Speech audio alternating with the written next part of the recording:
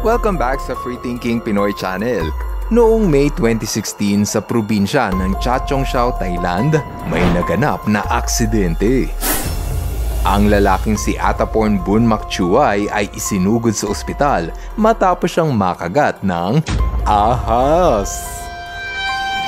Nanonood ng TV si Attaporn nang kinailangan niyang pumunta ng banyo para umihi.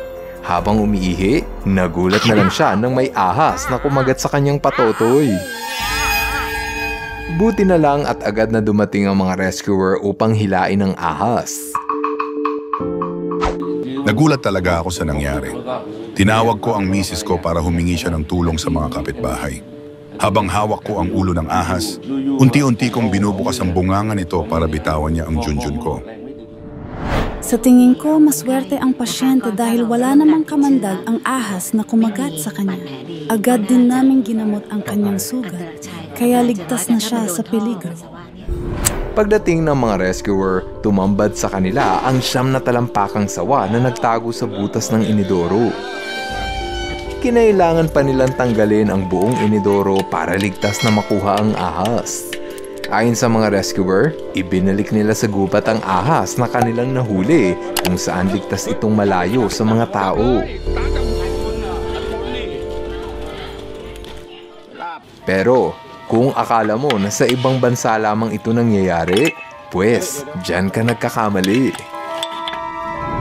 Dito sa Barangay Holy Spirit sa Quezon City, may pumutok na balita na nagbigay takot sa mga residente. Namataan kasi ng may bahay ang pagsulpot ng ulo ng ahas sa inidoro. Oh no!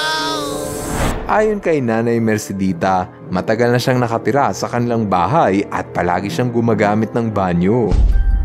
Ngunit nung kamakailan lang, pakiramdam niya ay hindi siya nag-iisa sa tuwing nagsi-CR.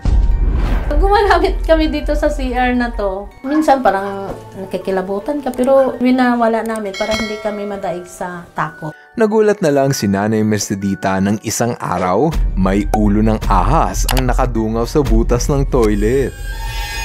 Agad na pinagpestahan ng mga marites ang sumbong ni Nanay Mercedita kung ito ba ay totoo.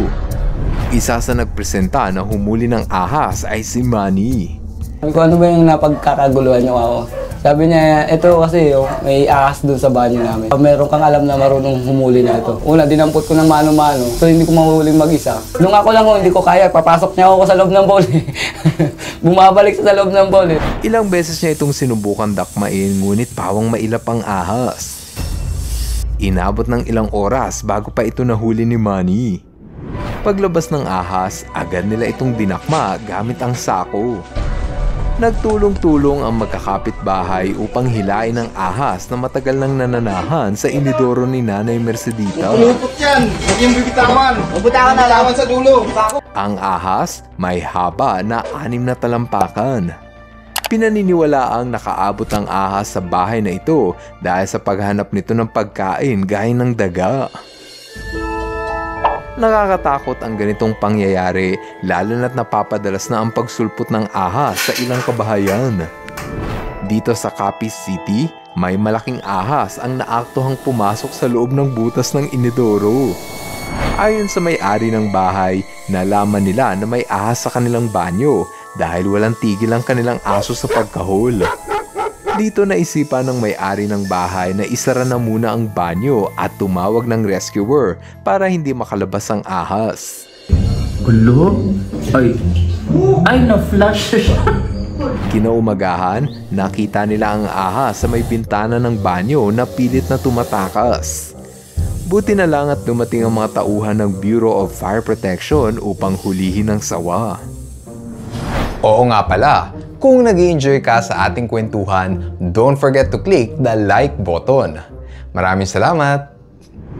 Kung tutusin, hindi lang mga ahas ang pwedeng dumaan sa butas ng inidoro. Maski kasi ang mga daga ay ginagawa itong lagusan papasok sa ating bahay. Ilang beses na kasing nakunan sa video ang pagsulpot ng mga daga sa banyo. Pero paano kaya ito naging posible? Paano nakapasok ang mga daga sa butas ng bowl? Para malaman ang kasagutan, dapat tayong sumilip sa loob ng kanal kung saan nagsimula ang lahat. Ang loob ng kanal ay konektado sa butas ng ating inidoro at tahanan ito ng sandamakmak na daga. Mahilig pumasok sa mga butas ang daga kaya nadidiskubre nila ang lagusan papunta sa ating toilet. Magaling pumasok sa maliit na butas ang mga bibuit. Malambot lang kasi ang buto ng daga kaya kayang-kaya nito na itupi ang kanilang buto hanggang sa magkasya sila. Kapag kasya ang ulo ng daga sa butas, ibig sabihin ay kasya ang buong katawan nito. Kayang languyin ng daga ang tubo kahit na ito ay puno ng tubig. Sa parte na ito, mayroong kaunting hangin kaya dito sila humihinga.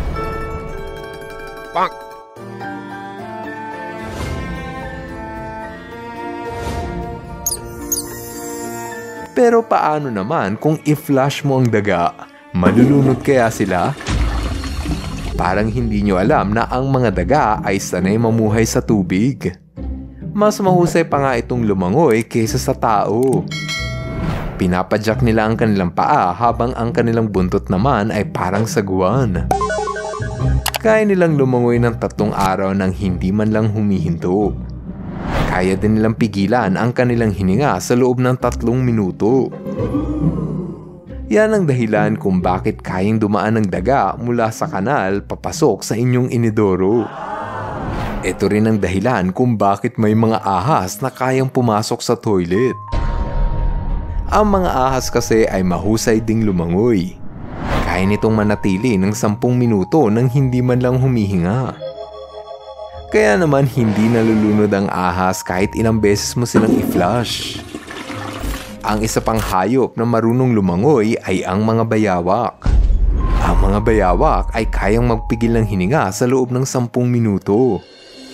Semi-aquatic ang mga bayawak kaya kung minsan napapadpad ito sa kanal at estero dahil sa kakahanap ng pagkain. Kapag nakapasok ito sa mga tubo, pwede itong dumiretso papunta sa inyong kubeta.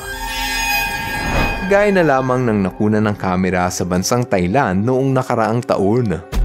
Ayon sa kumuha ng video, kakapasok pa lang niya sa banyo ng kanyang inuupahan nang may bayawak na sumulpot sa butas ng inidoro. Nakuha pa nga ng bayawak na makipagtitigan sa kanya ng 3 minuto. Nang makaramdam ng takot ang bayawak, agad itong pumasok sa butas ng bowl. Delikado ang may mapadpad na bayawak sa inyong banyo dahil pwede ka nitong kagatin. Maaaring nakapasok lamang ang bayawak sa inyong banyo dahil sa paghanap nito ng pagkain. Ingat nga lang sa paglapit dito dahil pwede ka nitong habulin.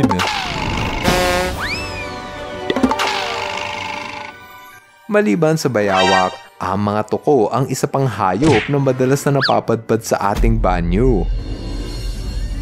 Gaya ng tuko na ito na kumakahul-kahul pa habang hinuhuli ng tao. Ikaw, takot ka rin bang humawak ng butiki?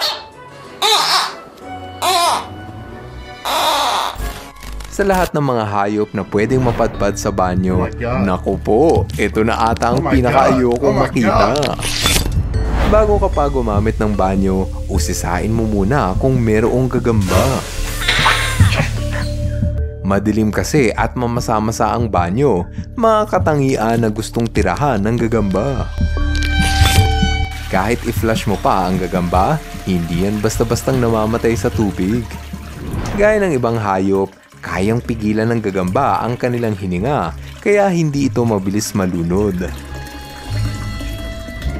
Pero kahit merong gagamba sa inyong banyo, hindi ka naman dapat matakot.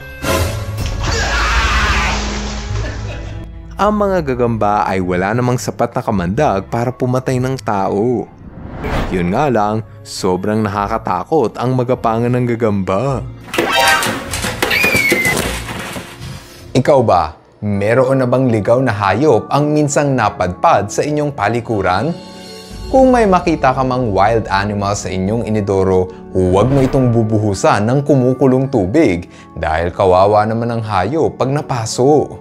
Sa halip, tumawag tayo ng mga eksperto para tulungan tayong i-rescue ang hayop. Ngayon, andito na tayo sa ating shoutout portion. Hello kay Cedric Manalo. Hello rin sa pamilya ni Erwin Barrientos. What's up kay Joric Mags Hunter. Belated happy birthday kay Christ Timothy R. Pantalion. Belated happy birthday rin kay Zach Dominic Guzman. At kina Kiano J, John Queen, Mia Joy, at Mami Regency Ruby Lacre. Maraming salamat sa inyong panunood. Now, see you guys in my next video. Bye-bye! FTP viewers, thank you so much sa panonood mo na aking video.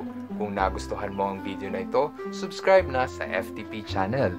Don't forget to hit the bell button para updated ka sa mga bagong videos. Paalam!